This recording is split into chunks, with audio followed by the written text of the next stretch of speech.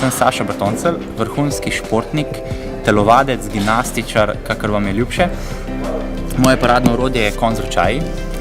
Nekako bom rekel rak rana telovadcev, nobeden ga ne mara. Ne vem zakaj, sicer ni nevarno, je pa tako, ker je treba zelo veliko na njemu delati. Na temu konjem težko bi rekel, da me je nekdo prav hudo navdušil, razen tega, da sem zelo veliko telovadil, ker druge nisem bil prav dober.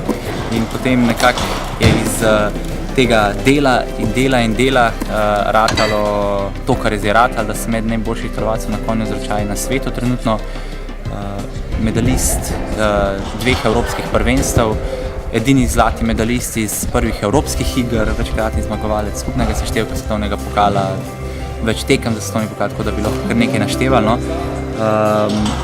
In sem ponosen na te rezultate, tako kot sem tudi ponosen uslužbenec Slovenske vojske, vojak.